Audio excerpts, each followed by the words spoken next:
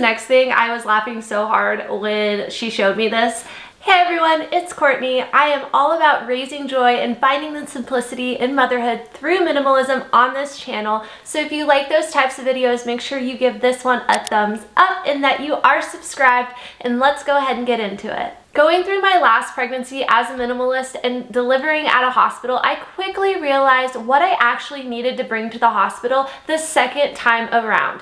I am a mom of two. I have a 3-month-old and I also have a 2-year-old, and they're both girls. I'm a girl mom, so comment down below if you're a fellow girl mom. I would love to know. I had seen tons of videos on YouTube of things to pack and bring to the hospital, but I never saw a video that actually shared what you got from the hospital and what they gave you when you go in to have a baby, after you have the baby. Basically the entire duration that you're there, what do you get and what are they going to offer?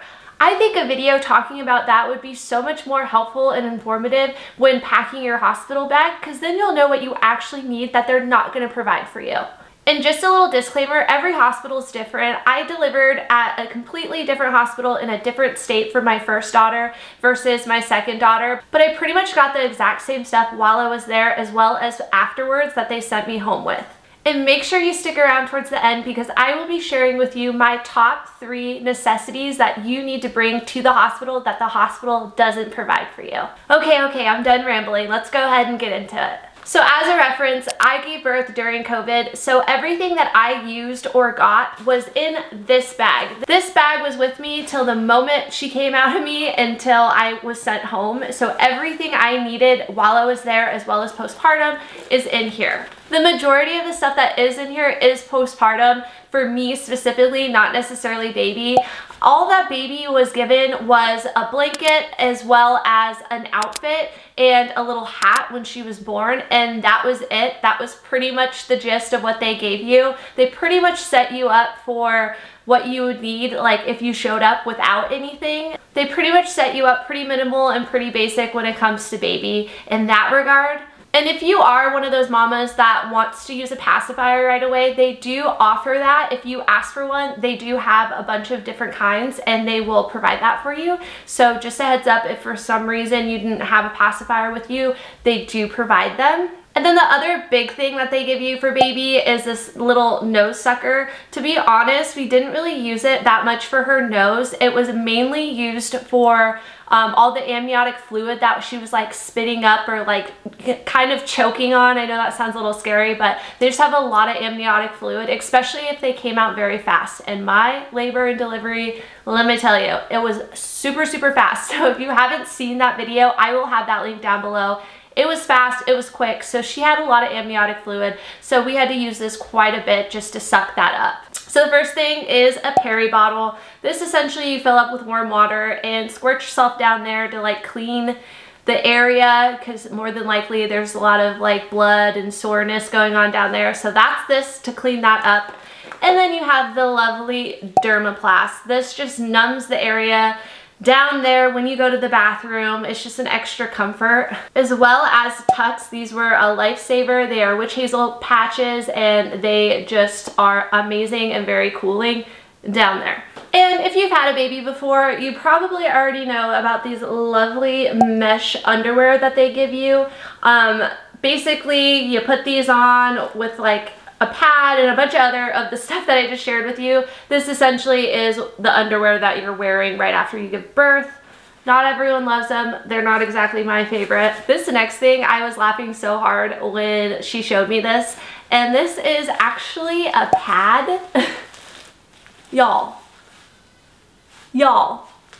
like this thing is like ginormous. This thing is huge, and this is actually the pad that they give you immediately after you have the baby, and it somehow magically fits like inside of this mesh panties. And anyways, if you're a bleeder, which I am because I have a bleeding disorder, so I like bleed a lot more than normal people, like this comes in handy. But y'all, like This is huge.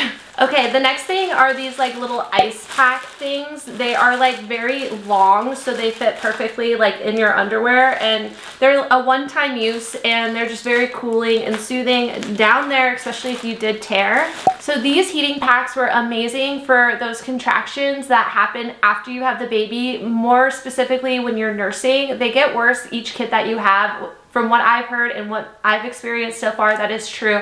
But these are just so nice to just put like on your stomach if you're cramping. These were a lifesaver.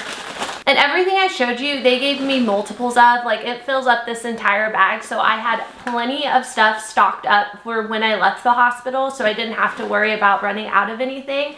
That's the beauty of the hospital. They have done this once or twice, so they seriously set you up to show up there with nothing and be taken care of. So that's why you really don't need to bring a crazy amount of stuff. No shame to the people that do. I definitely was that person with my first baby, but this second time around, I seriously only brought 3 things. So let's go ahead and get into what those 3 things were. So like I had mentioned, when you have your baby, they just wrap them up in this little blanket, and they give them like a little shirt to wear and a hat, which is great. But I feel like most babies find a way to like wiggle out of that. It's just not as comfortable as I think they would like it to be. And for that reason, I did bring this Swaddle. This is by Nested Bean. It is a weighted swaddle. So if you haven't heard of this brand, it is absolutely amazing. I think this is like my #1 like baby item recommendation. This is a lifesaver. I used this in the hospital right after she was born, and she slept so well, like better than what normal newborns do, because she was just swaddled up, and it was amazing. So this is something I would highly recommend bringing. You don't have to bring this brand necessarily. There's tons out there. I would just highly recommend bringing your own swaddle just for those few days that you're in the hospital for baby. And like I mentioned, not everyone enjoys those mesh panties afterwards. I feel like everything that they put in those mesh panties after you have a baby just is so heavy, and it's like falling off of you, and it's just not comfortable. So I would highly recommend getting some of these diapers. There are some that are pink that are like a little like sexier, but if you want to be a cheapo like me, just get the plain white ones. They are literally the exact same and way cheaper. And these are called the Always Discreet diapers.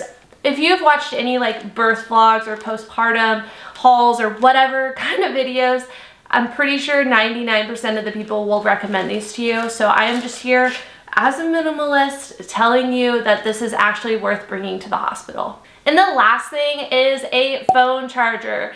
I know that kind of seems like, well, duh, like I'm bringing my phone, so I'm gonna bring my charger. I specifically packed this one so I would have one no matter what, if we were like running out the door or whatever. And yeah, they do not provide these. They do provide them in the gift shop usually, but you're gonna end up paying way more than you would if you weren't buying it at the hospital. So I would just highly recommend packing one of these. So those are my top 3 recommendations for what you actually should bring in your hospital bag. So that's it for today's video. This is part 1 of 2 more videos that I'm going to be doing. I'm going to be sharing with you what I used for baby in the first 24 hours / first week of her life. And then I'm also going to be doing a video on what I'm using now, 3 months in. What am I actually using? So make sure you are subscribed so you don't miss any of that. And I'll see you guys in the next one. Bye!